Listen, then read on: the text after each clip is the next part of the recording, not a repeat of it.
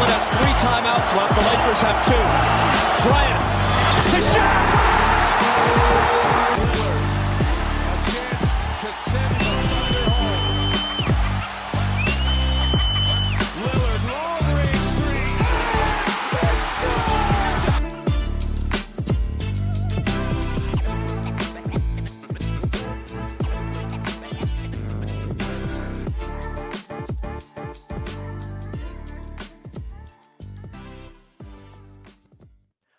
What is going on, everybody? Welcome to the 48 Minutes podcast, where we are talking trade deadline. This is a big week for the NBA. Tonight, got a little bit different crew here. This is going to be fun. My dude, Ben Brown, how we feeling? Man, I'm feeling great. Feeling great, man. We got a lot to talk about. Dude, I mean, big trades, big moves, big trades, signings. Big moves. Stuff's going on, man. Hey, stuff's popping, man. Stuff's popping. Absolutely. Absolutely. And we are also joined tonight by the newest host of the At Large Bid podcast on the 48 Minutes Network, Mr. Parker Fields. How we feeling today, man? I'm feeling great today. Excited to talk NBA hoops. Really excited to talk about this trade deadline. Like you guys said, I mean, this is the best time of the year besides the playoffs. This is the best regular season time of the whole NBA season. So I'm excited to talk about it. Yeah, it's been quite the week already. We've had some stuff. So last week we had the whole thing kind of start off with Rui Hachimura going to the Lakers. That was, kind of a big deal. But then a sort of blockbuster happened. One big player ends up getting moved yesterday, who a certain player that ended up requesting a trade from the Brooklyn Nets. It is over. Kyrie Irving.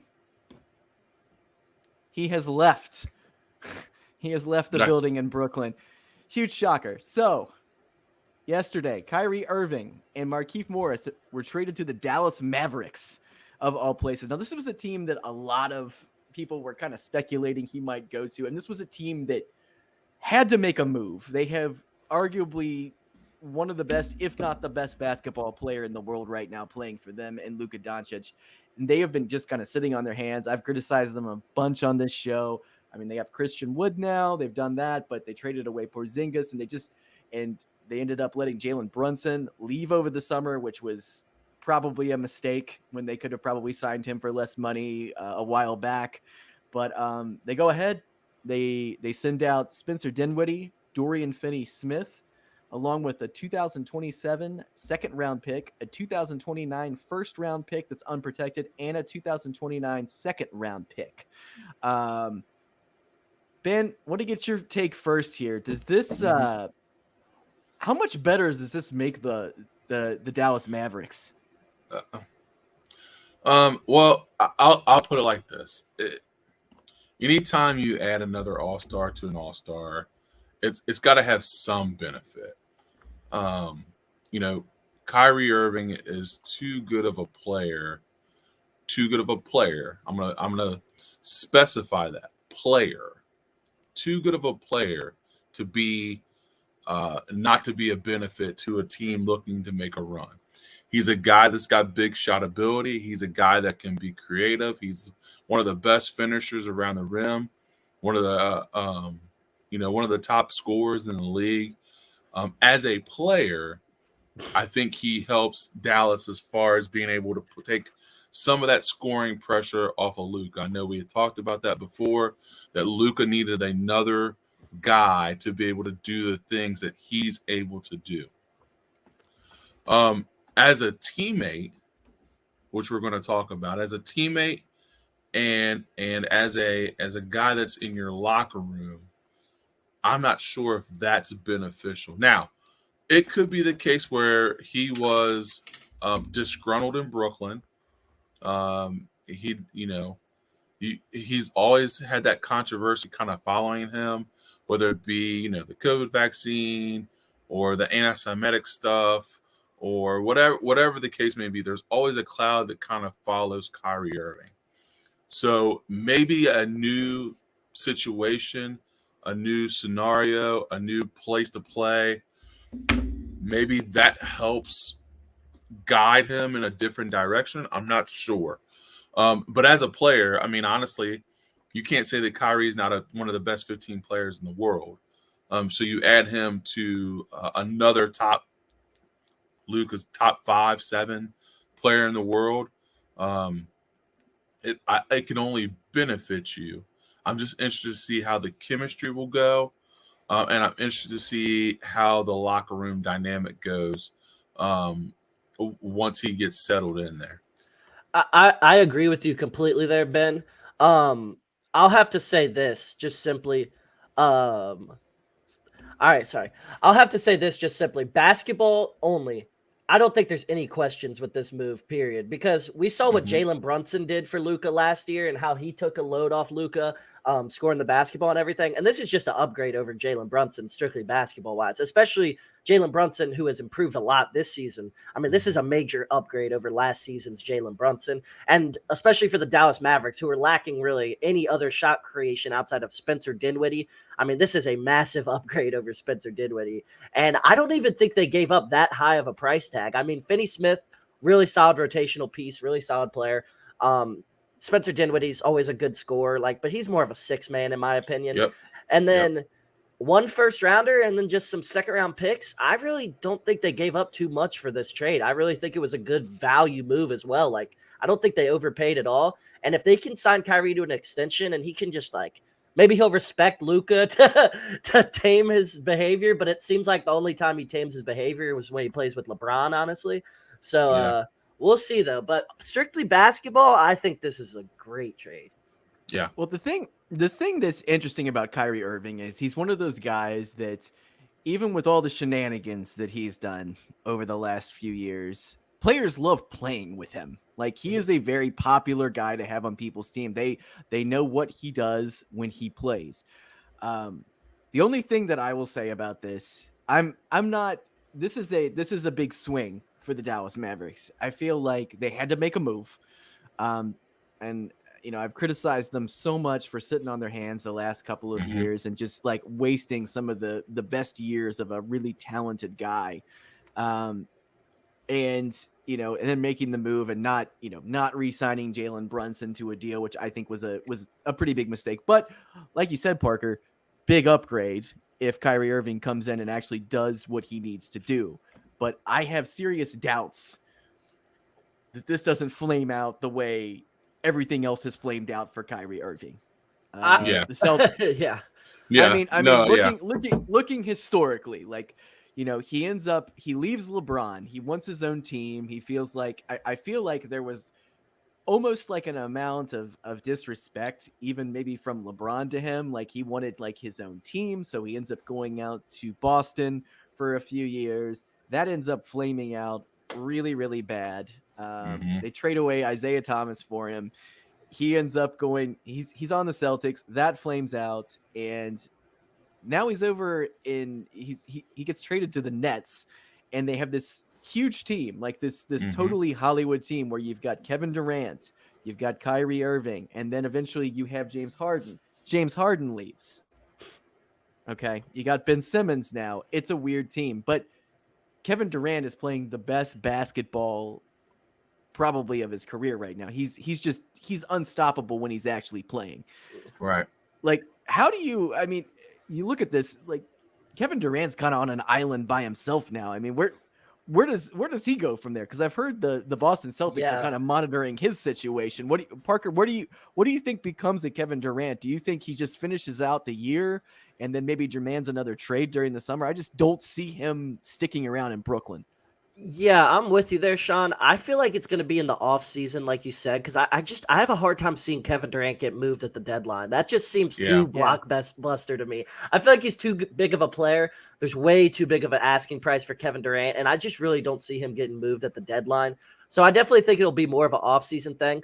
But I mean, if you look at the pieces around him without Kyrie, I mean, this team definitely can still, maybe win one playoff series. But that's about it. I don't see them getting out of the semifinals without Kyrie, unless they make some move now to pick up another player, really. Yeah, it'd have to be something. Yeah, it'd have to be something big, too. It had to be something where they picked up a guy that's another perennial all-star.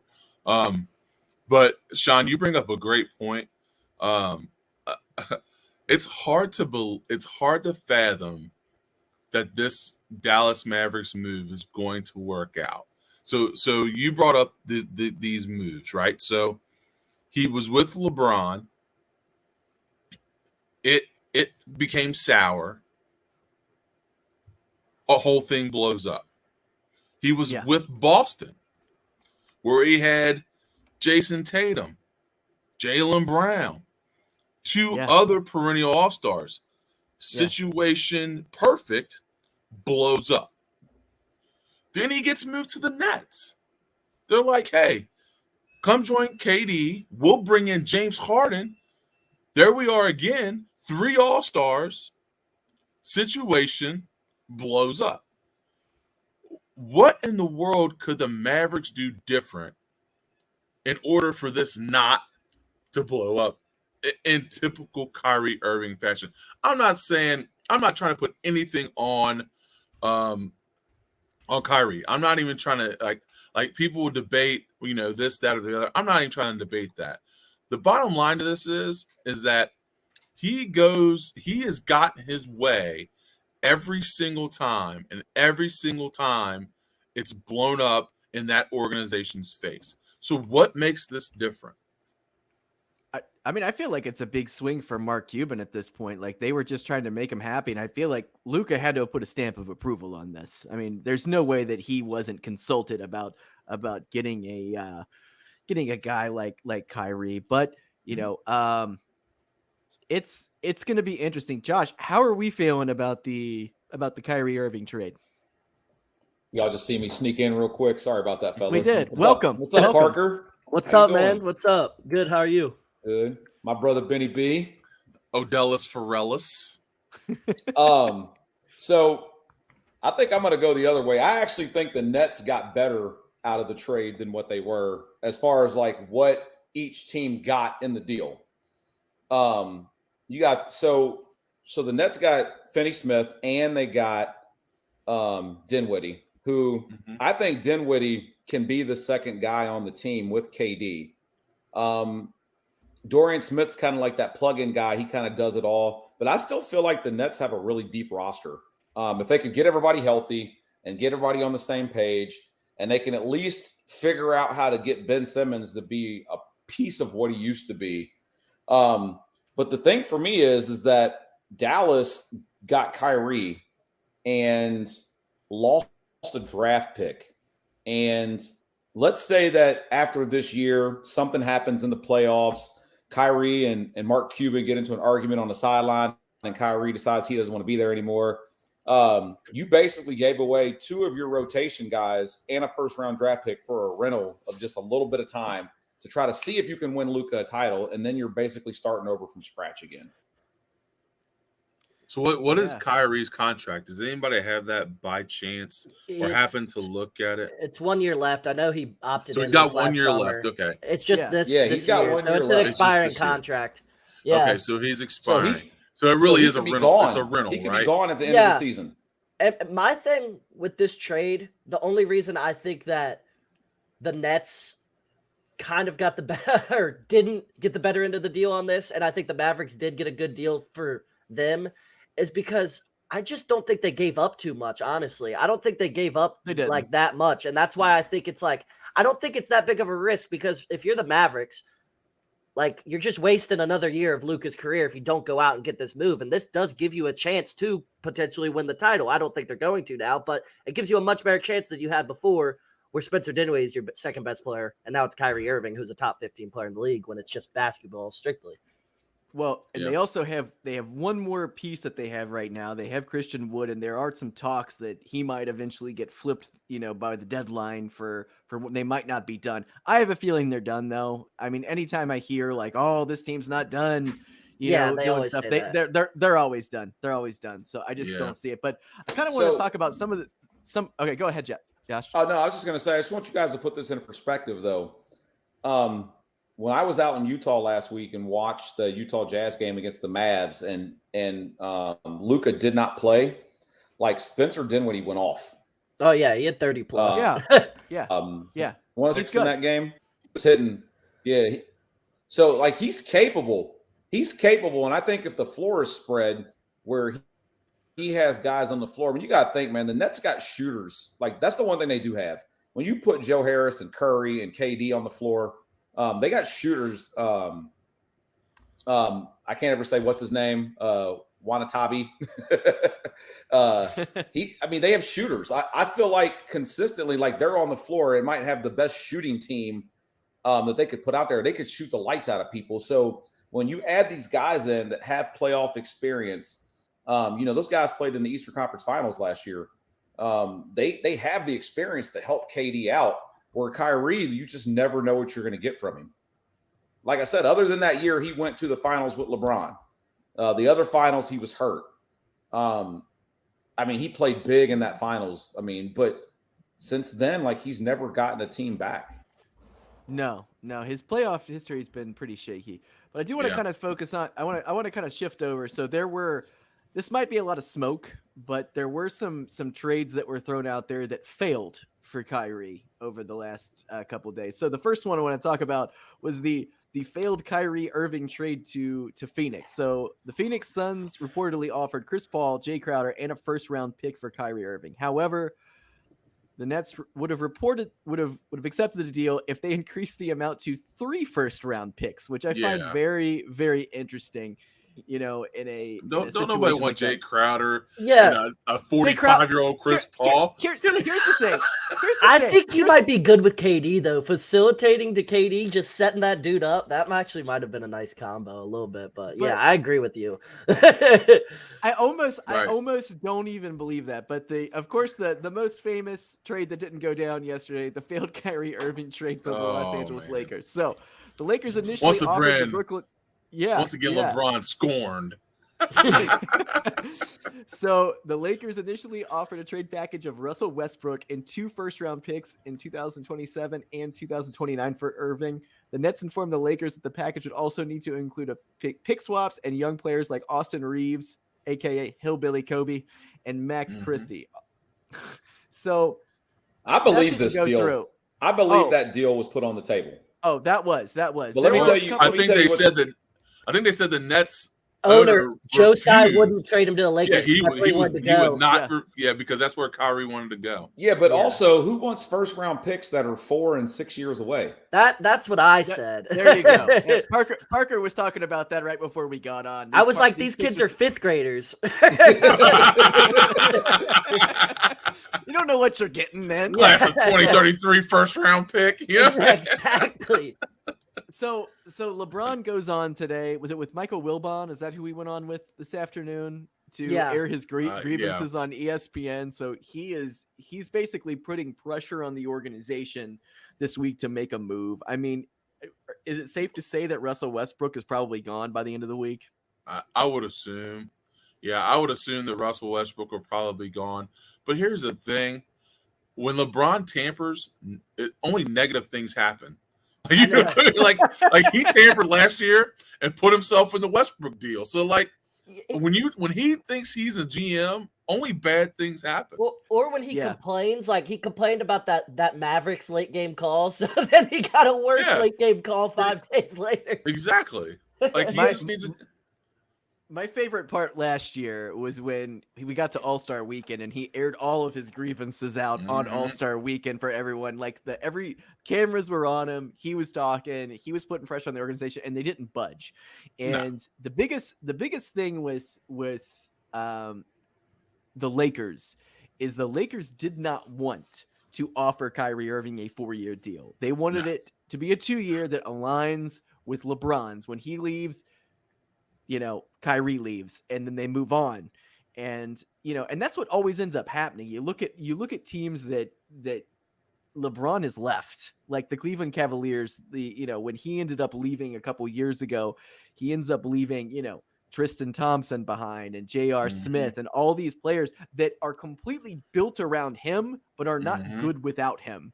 And I feel like the Lakers, they're pretty much in this. They've won 1 title with him. They got the 1 chip. Okay. He's going to win the scoring title tomorrow night, probably.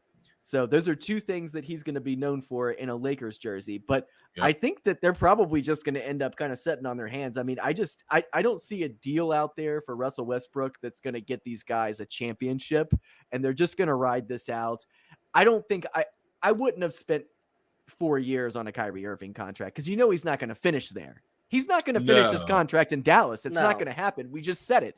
We're looking historically at all the times that he's left or things have gone sour or whatever. It's going to happen again, but you got to take a swing if you're Dallas, and they got a guy who's arguably a big upgrade over Brunson. So you got to make a move. So, I applaud him for that. I do. I do applaud him for taking a big swing. And doing what everybody else has told them that they needed to do, which is put another all-star around Luka. So I give him credit for that. And Mark Cuban's a pretty savvy business person, and the guys he has around him are pretty savvy. So they know the bed they've made. Like they're not going into this blind. I mean, they know what they're getting with Kyrie. Yeah. With what you guys were saying. I agree with Josh on this. I just don't understand the reluctancy from the Lakers front office to give up these picks 4 and 6 years down the line. Like, I understand, but you got LeBron James and Anthony Davis. Make a move. I really don't understand it. It's all they got, man. It's all they got. It is all they got. It is all they've got, but it's almost like at this point you're in this deep. Why hold on to these last two? Just go all in. Do what the Rams did in football. Do what the Rams did. You know what I mean? Just if you're in this deep, go all in. Sell it all. 95% in. You're Lakers, this deep.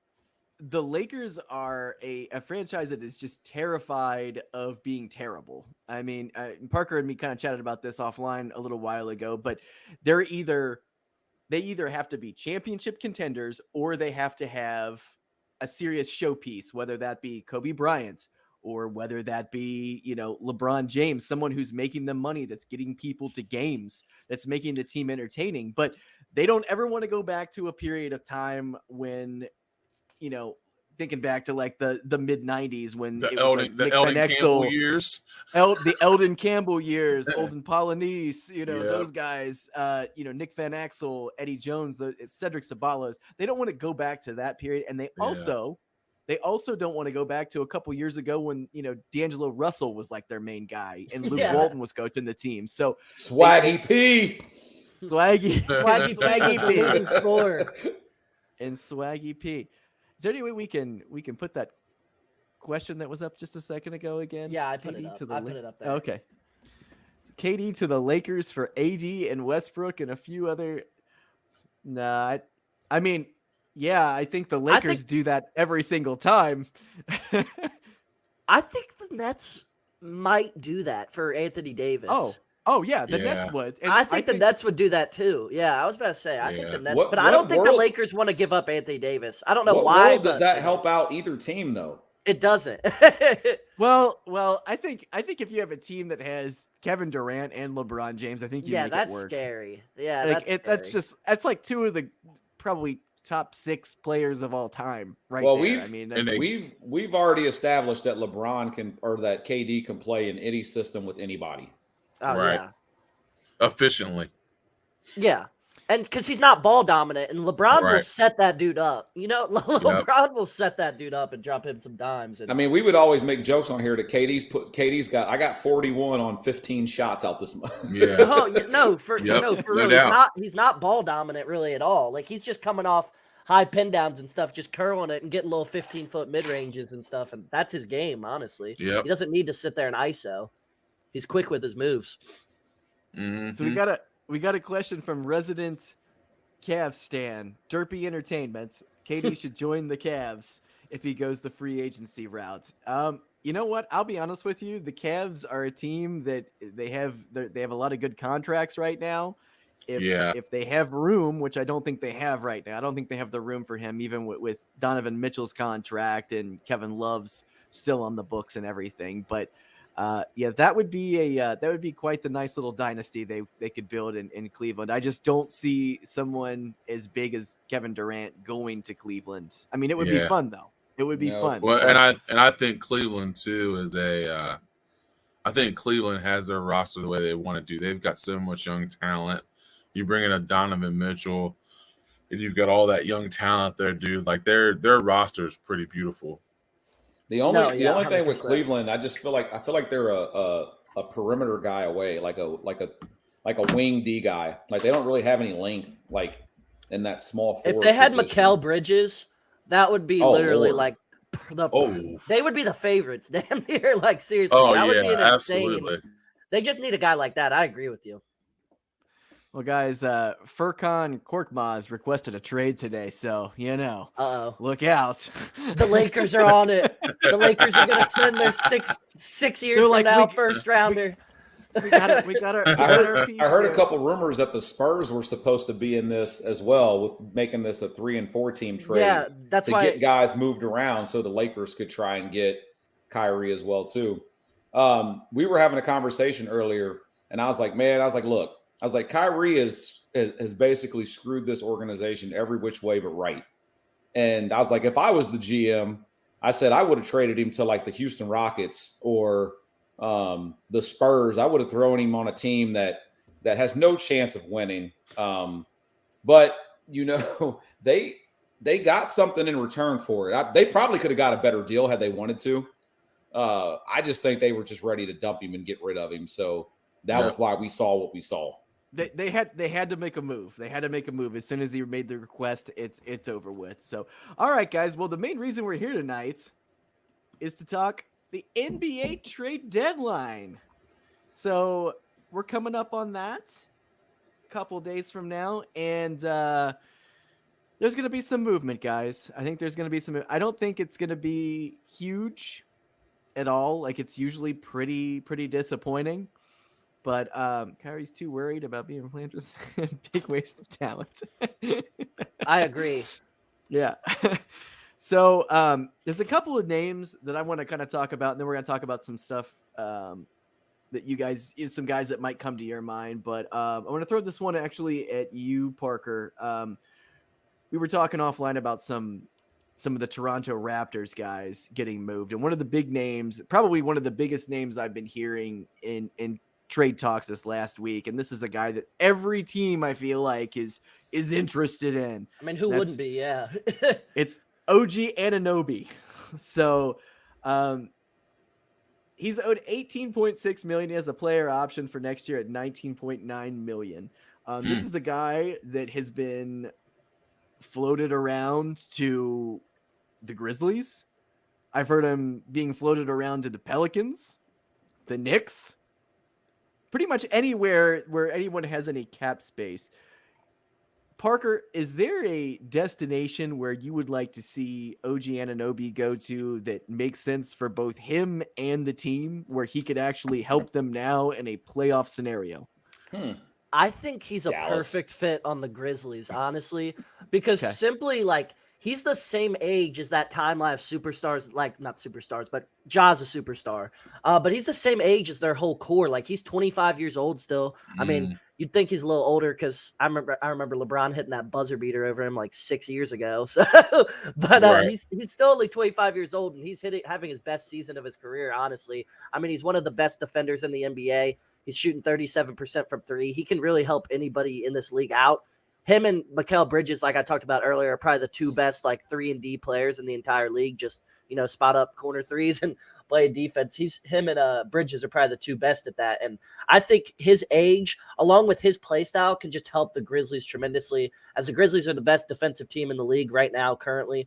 And I mean, they're going to get even better if they added him to be in those late game lineups instead of Dylan Brooks, who, I mean, has shown he's not that reliable in the playoffs and has shown he's a little bit of a head case too. So I think OG Anunoby would be a big upgrade to, having those late game lineups over Dylan Brooks, because Dylan Brooks is kind of the weak link there.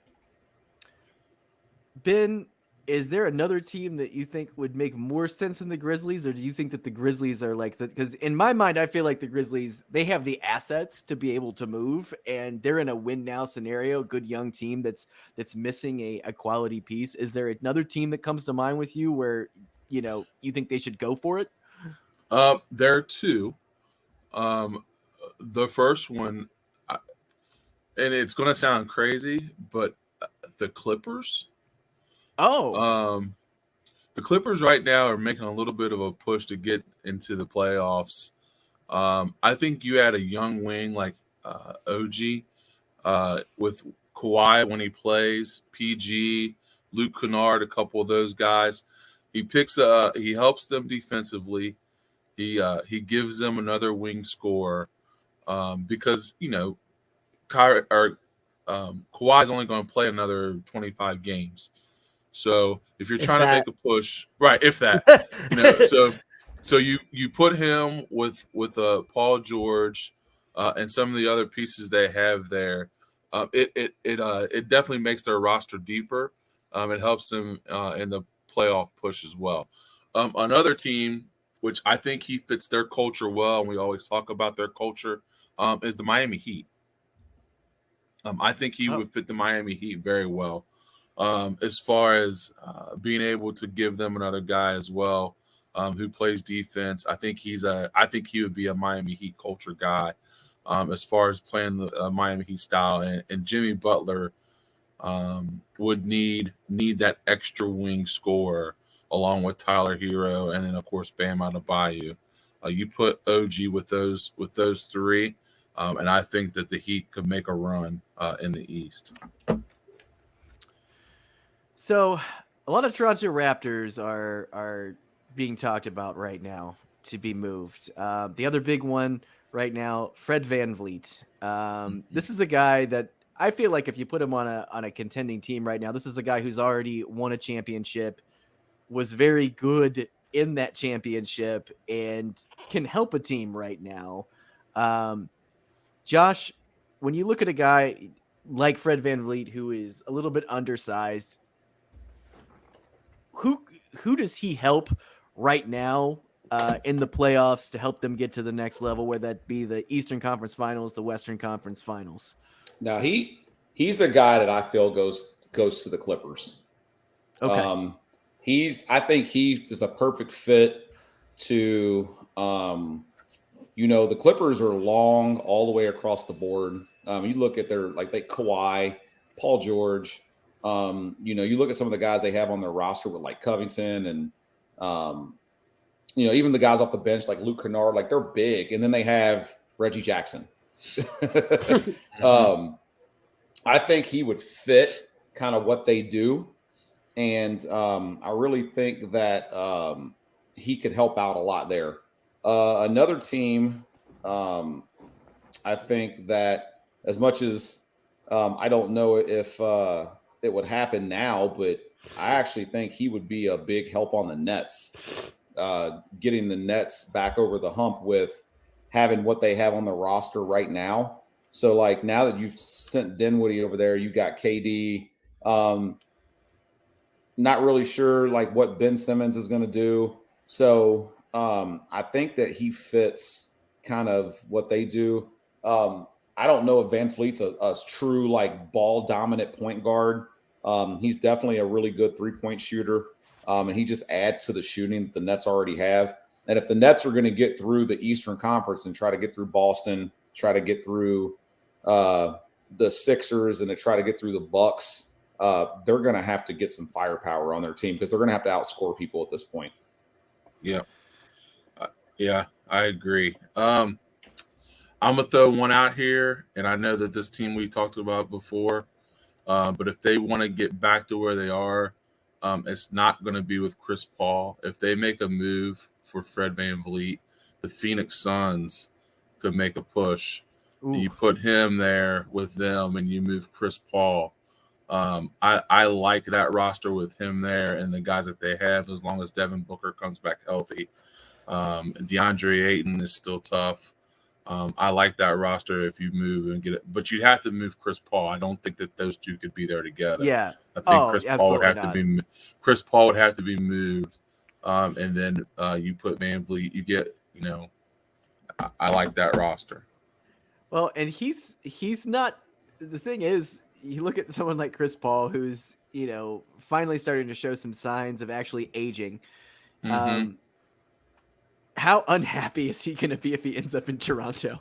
He'll be pissed. Oh, he might retire. He just like, It you know what? He might It's my retire. It time. might be a buyout situation. Who knows? Yep. But one thing I was going to ask, and I was going to throw this by Parker. How do you feel about Fred VanVleet to the Lakers? It's not super sexy, but yeah, I think it would be a good fit. I mean, he plays hard every night. He's another guy like the one thing about the Lakers this year that has been night and day difference than last year is they give effort. Definitely. The team gives effort and they try. If you watch them last year, they gave no effort 90% of the time. And I think VanVleet would be a really good fit to add some shooting on the perimeter. I mean, we know he's a very good three-point shooter on high volume. And I think he definitely could add spacing as well as lead those units when LeBron James is not on the floor. So stagger their minutes, obviously, but he's not going to come off the bench like Westbrook, but stagger their minutes. And I mean, if you could get him for Westbrook in a first rounder or 2 first rounder, I mean, like I said, go all in. Trigger. Oh, yeah, absolutely. That's what I'm saying. Like, go all in. If you can get him for 2 firsts and Westbrook, we're going to trade our 2032 pick and and a 2043 second rounder. Right. The Lakers just kind of need to be kind of living by like, we probably won't even be around. My thing is, then. if you're Rob Pelinka, it's like, am I even going to be the Lakers GM in 6 years? Go all in, exactly. Go all in. Take those picks. Why do you care? That is a great point, Parker, because like that's what I never think about that. There's a lot of guys that make these like all-in deals and they think, I probably won't be here in a couple years, and that's probably where Pelinka is at, because after this whole LeBron thing's over with, he's probably out. The thing is, it's not even a couple years; it's like damn near a decade down the line. I know. So just make the move. Like you'll be in your. He's got plenty of time. You'll be in Cancun by then. A lot of the trade. A lot of the experts called this that said LeBron wouldn't win another title at LA because the guys on that roster, Anthony Davis, can't stay healthy, and we talk about it all the time. When you just go back and look at what they gave up to get AD, like I said, you sold your soul to the devil to get that chip, and now you're bare covered. But you got to do it. You have to do it regardless of circumstance, because now you really got to do it. Now you've really So I mean, but you look at it, it's like they won the one title. Okay. If a team is able to trade everything, I feel like if you ask most franchises, let's say the LA Clippers. Okay. Let's say the LA Clippers, someone comes up to them and goes, look, you're going to win one title, but you're going to be downright average or bad for the next 9 seasons after that. You still probably do it because you bring a championship. I mean, it's the Toronto Raptors logic. I mean, Toronto's probably years away from ever winning another title just because you can't get free agents out there. Lakers, though, they're a sexy team, or they were at one point. And, I think you still do it. I mean, it's really, really frustrating seeing LeBron in his last years just kind of fading away. I mean, he's going to get the scoring title, like I said, tomorrow night. That's happening. And, that's a huge moment for him. That's a huge moment for the Lakers, especially passing Kareem in a Lakers uniform. It's going to be huge. But yeah, like Josh, they're probably not gonna win another title with LeBron James. I mean, we're looking at how. I mean, look how good the NBA has gotten. I mean, the Celtics are amazing right now. The Denver Nuggets are incredible. The Warriors, they could be playing possum and they could be awesome tomorrow. But you could if you push the right buttons and go all in right now and say they're saying I don't want to trade Austin Reeves. That's what I'm with Josh. Why are you going 90% in? Go 100%. If you're that deep, go all in. That's what doesn't make sense to me. I will say one thing though with them. We've been saying, like, are we sure LeBron's not going to play till he's like 45, like Tom Brady? Like this dude, we've been saying it's the last few years of his career since like 2015. Like I swear, this has been talks for so long now, and it doesn't seem like he's slowing down, but it's very minuscule. It's not very fast. Mm-hmm. Yeah, and that's another thing. So yeah, I don't know. He might still, if they push the right buttons, like he might still be good in 3 years. Yeah, he might. He might, man. He might. So one of the lesser names I want to talk about, there's been rumblings about him not getting along with management and his coaches and teams, Mr. Bones Highland. down in Denver right now. So next year he's making $4 million. He's still on his rookie deal, obviously. This is a guy, last year he had a great season, his first year, especially filling in when they didn't have Jamal Murray. There's going to be a team that's going to probably take a waiver on this guy. I mean, it's going to be the Bulls. It's going to. Damn it, Josh. Damn it, Josh. Why? Why would you put that in the universe? I mean, it's going to happen. So that's funny. So DeRozan and 2 firsts for Bones Highland. Right. Give it. Wow. Put it down on the books right now. It's so the Bulls have flat out said that they need like some sort of crazy, like, you're gonna have to offer everything in the sink for Alex Caruso, which is hilarious to me. Like, why? Dude, they love Caruso. Caruso's going to change the franchise. That's what he does. Yeah. The problem, Ben, he's going to change the franchise if you pair him with Lonzo Ball. Yeah. Right. So, but that happened for like 10 games. Yeah. And it was beautiful. Yep. It was a beautiful time. We'll always remember. Lonzo had 30 on the Lakers and beat them, and it was looking like, damn, and now he hasn't played in a year. Yeah, and you look at that. This is a Bulls move, though. I could see them making a move for this guy. They're obviously not going to trade Caruso. Might be like Kobe White. Obviously, they're not moving Caruso. Obviously, not. They're not. I know. Never.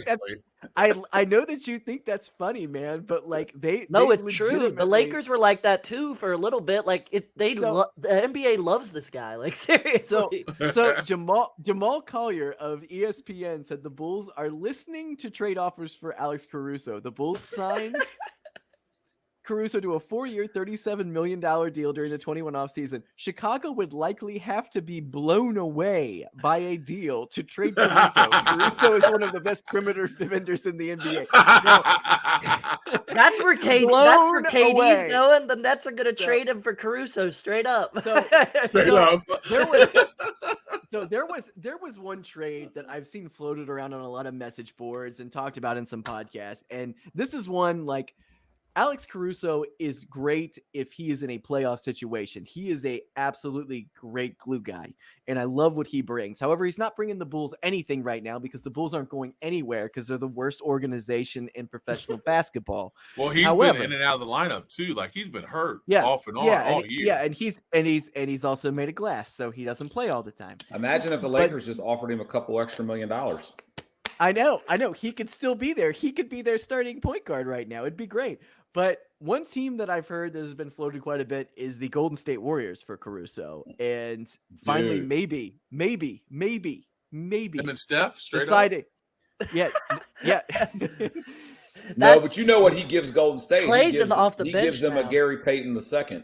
Absolutely. Exactly. Absolutely. Yeah, they don't have that. So is it time for the Golden State Warriors to part with one of their young players like James Wiseman? Do they go ahead, swallow their pride and say, we're done with this experiment? It's been 3 friggin' years.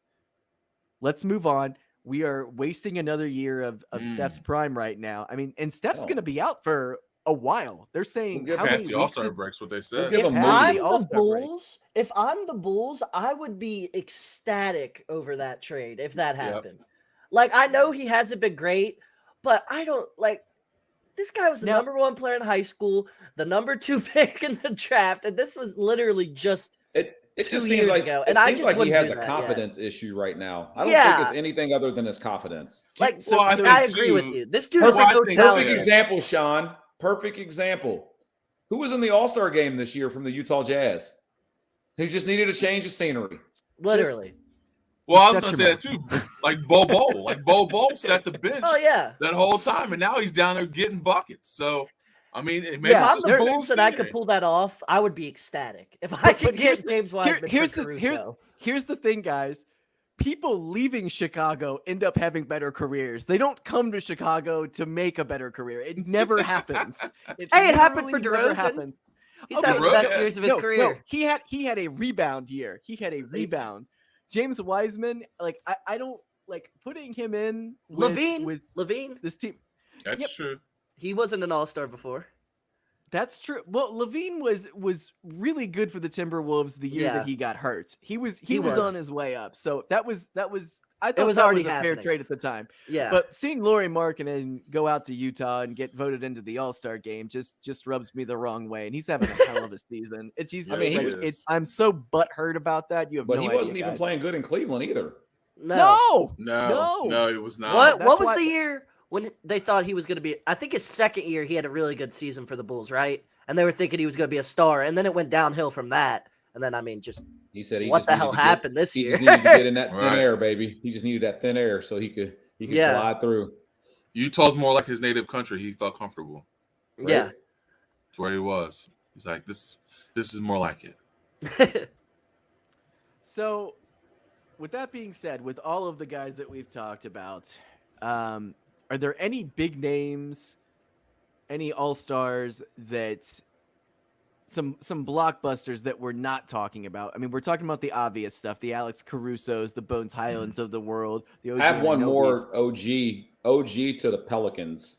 I feel like the Pelicans and the Grizzlies would get in a bidding war over him, being that they're, I guess would you really call them rivals? I mean, they're kind of down there by each other a little bit. Not really, but they are. Yeah.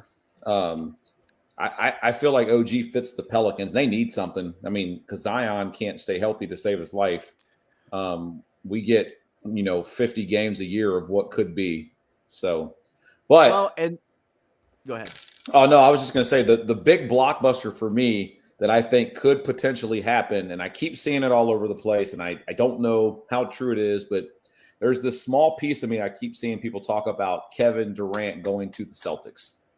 I could see it. And I'm sure Jaylen Brown is part of that deal. I don't think I would do it, though, if I was the Celtics. I would. Yeah. Jaylen Brown and Tatum are so young. Why would you break that up while they're just now entering their primes? I wouldn't do that. Yeah, I wouldn't do it for the reason that I don't think that Kevin Durant wants to play there. Well, let me ask you this. Last year, all right, so you had Jason Tatum, right, who had an incredible year and kind of flopped in the finals. If KD is on that team instead of Jaylen Brown, do they at least have a chance to win the finals? I think minus Jaylen Brown plus KD. Yeah. Well, yeah, I think so. Yeah, absolutely. So you're all saying don't do the deal. I'm saying don't do the deal. I'm saying don't do the deal because Jaylen Brown and Jason Tatum are so much better this year than they were last year. Well, remember, they're still so young. They're still so young. All the Lakers and the Celtics care about is being one up on each other when it comes to titles. So if the Celtics could have got a title last year and said, hey, can we work out this deal to get KD? We're going to move Jaylen Brown. Like, do you do that? I wouldn't do it. I was going to say, dude, what's Tatum like 25 and Brown's like 25, 26? Like, I think Tatum's 24 and Brown's 25 or something like that. Yeah, dude, they're just so you got the possibility of being just incredible for so many years if you do it the right way. KD, I mean, KD's going to play for a while, but man, he's just a roller coaster too of drama and him in Boston too. He would get into it with those fans so much. Between the fans and the media, Dave Portnoy courtside chirping him. Jonathan Lucas wrote down here, it says, I see a lot of KD or Bradley Beal to the Heat. Which one do you think is more likely to happen? I actually think I just read where the Wizards don't want to move Bradley Beal or Kuzma. Yeah. So I think KD would probably be the best. That's better. Another thing. Why? They've started to play good, so they're probably like, oh, yeah, we can win the chip with Kuzma as our second best player. So, here's the one thing about the Washington Wizards, Jonathan Lucas. They will never trade Bradley Beal. No. It's just never going to happen. For some reason, they just drag their feet through the sand every single year, treading water. They're just like Chicago. They are just totally cool. They enjoy being mediocre. Yep, they sure enjoy do. Being mediocre. They've always enjoyed being mediocre. Think about it. They're hyped about Kyle Kuzma. Hey, and as we're having this conversation, Cleveland 114, Washington 91. Yeah, I'm You don't think the they're big not gonna three do of Porzingis, Kuzma, and Beal can win the title? Right. No. No. Well, Well, Beal and Kuzma didn't even play. Yeah. See, Yeah. that's why they lost. It would have been an easy W if they won that game. Yep.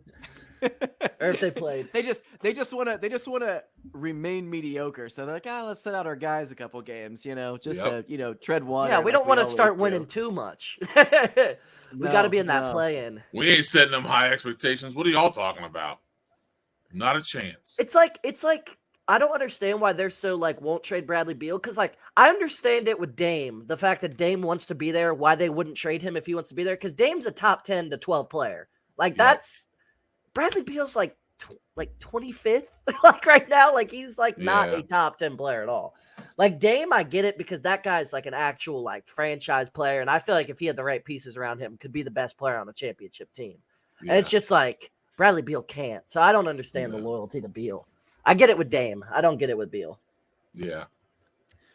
Well, guys, that is our trade deadline preview. We are going to be back here on Thursday. Myself and Tim will be on here to do a roundup of all of the trades that are hopefully going to be happening over the next couple of days. So it might be a really long show, or it might be a really, really short show, depending on exactly what goes on. Who knows? It could be, we never know with the trade deadline.